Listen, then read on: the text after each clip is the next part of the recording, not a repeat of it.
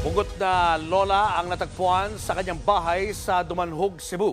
Posible raw na kinain ng aso ang bangkay ng biktima pero duda ang naulilang pamilya. Nasa frontline ng balitang yan si John Aroa. Nilalangaw ang pugot na ulo sa baba ng hagdanan ng isang bahay sa Dumanog, Cebu. Sa itaas ng hagdanan, nandoon ang katawan ng isang babae.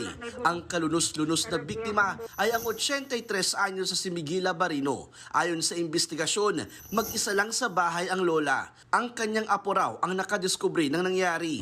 Lumalabas na 2 araw ng patay ang biktima. Posibleng natural death ang sani ayon sa mga pulis. Malamang daw ay kinain ng aso ang bahagi ng kanyang leeg hanggang sa matanggal ang kanyang ulo. Walang anggulo ng pagnanakaw dahil hindi naman nawala ang 3,000 pisong nasa tagiliran ng lola. Pero hindi kumbinsido ang mga kaanak. May dugo kasi sa sahig ng bahay at patay na rin ang 2 aso. May nakita ring itak at kutsilyo sa kwarto ng biktima. Patuloy pa ang investigasyon ng mga pulis kung may foul play sa pagkamatay ng lola. Nagbabalita mula sa Frontline, John Arua, News 5. Mga kapatid, Julius Babaw po. Iba na ang may alam at may pakialam sa panahon ngayon. Para sa Frontline ng mga balita, mag-follow at mag-subscribe sa social media pages ng News 5.